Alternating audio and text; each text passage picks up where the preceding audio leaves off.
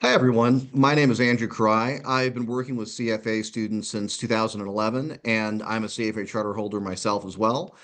So today I thought I'd share some tips with you all about what I found to work in sitting for the exam and going through your study plan. So the first thing that I would advise is, to make sure and not burn out. To ramp in, to ramp into your study plan roughly 5 to 6 months out. Really sort of draft out a good course of action to work through each of the concepts. But again, I've seen a lot of my own students, and then some others I've known as well over the years that really, are incredibly excited about, about sitting for the exam. They bought the study materials, and they go, really aggressively in early. And by the time you're, 2, 3 months out, they've really sort of exhausted themselves. So my advice would be to not do that.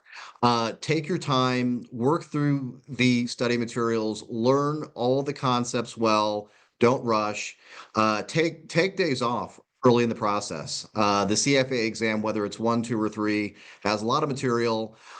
Take your time with it, and make sure to take time for your leisure activities as well. So that's my first word of advice, which leads into the second part of this too, which is as the exam day gets closer, really ramp yourself up and push hard into that exam date.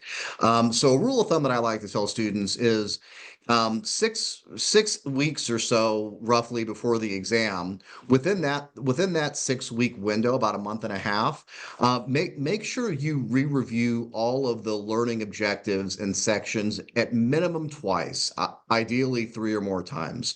And then if possible, within the last 10 days, roughly a week and a half before the exam, re-review every section of the curriculum in your study materials once all the way through. Now, the reason why I'm such a big fan of this strategy is simple.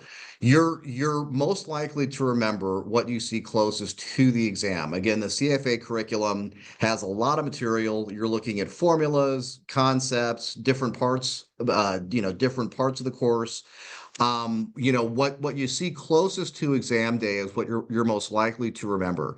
So a good rule of thumb is early on in your study process, learn everything. So it's sort of sitting somewhere within your brain. So learn all the concepts, go through everything, go through the examples, and then really sort of ram that information home, home in your mind, having already had that baseline knowledge that you went through early on to reinforce that closer to the exam day. So, again, really, it's sort of easing in to the study curriculum, taking your time, making sure to not burn out early, learn all the material. Then that kind of 4, 6 week period before the exam, that's when you really want to hit the accelerator hard into the exam day, because that's when you're gonna, really get the best bang for your buck, so to speak, in the sense that, you're gonna remember what you've seen closest to the exam day. The third point I'll make is, maybe a little counterintuitive to some folks, just given that it's not what you usually do to take standardized tests, but it's really to instead of spending your time taking, CFA practice tests, spend that time relearning the concepts. Unlike other standardized tests like the SAT, the GMAT, the ACT, the CFA exam is really, a knowledge-based exam versus a measure of your test taking skills. What I mean by that is, if you know the concepts well, if you understand them well, you've got a good shot at passing on the exam. I can promise you, if you don't know the concepts well, you will not pass the exam. That's a virtual guarantee. It doesn't matter, what you believe your test taking skills are, or any sort of shortcuts or tricks that, might be effective for other standardized tests. The CFA curriculum really is a measure of how well you've mastered the exam materials. It's really a measure of the curriculum and how well you know it. not a measure of how well you can take a test. So, instead of spending that, incredibly taxing 4, 5, 6 hours on a standardized or on a practice test, much better to re-review sections of the material again, especially to the earlier point as you get closer to the exam, where the return on time invested, if you will, is much higher when you restudy the material, given that you're more likely to remember it close to the exam date. The last point that I'll make is pick your battles. And what I mean by that is the CFA curriculum, each level of the exam has, seemingly endless formulas, computations, etc. It can seem to be a little bit a bit daunting, but what I challenge you to do is keep your eyes on the prize, on the bigger picture, which is what the CFA exam is going to really test you on is knowledge of the concepts, a solid understanding and applying those concepts as a financial analyst or a portfolio manager. So really focus on that versus obsessing over the memorization of certain formulas. Now, I don't mean to discount that you will have to know certain formulas for the exam. You'll have to run calculations, certainly, especially for formulas that are talked about more than others in the curriculum and seem to build on each other.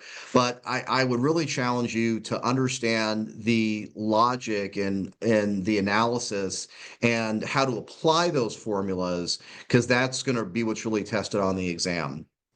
So, again, I'd say, at a high level, really keep the big picture in mind, right? And what is the bigger picture? It's your objective when you sit down to take that exam is to pass the exam, not to make a perfect score. So if you're looking at a formula, this is especially true in the quantitative methods portion of certain levels of the exam. You'll see these incredibly long, drawn out formulas that seem impossible to remember. For some of those, frankly, I'd say let them go. If they have a fairly low likelihood of being on the exam in a way that basically makes you regurgitate that formula verbatim. If there happens to be a question or so on the exam that does that, it's better, instead of sort of pounding your head against the wall and, memorizing verbatim every formula on the exam, you'll drive yourself nuts.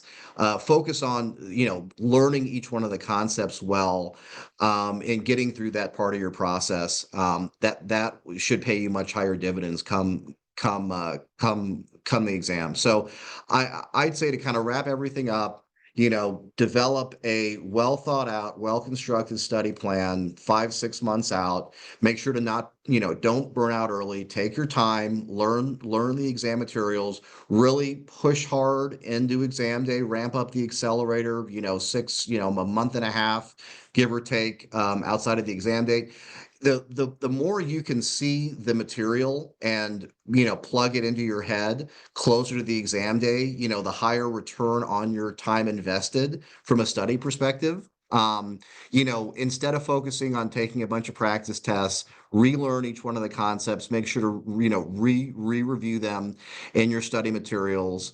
And again, pick your battles. Don't obsess over every single formula and memorizing it verbatim. Focus on the key concepts, learn them well, work through the examples, and go into exam day with a high level of confidence. Thank you.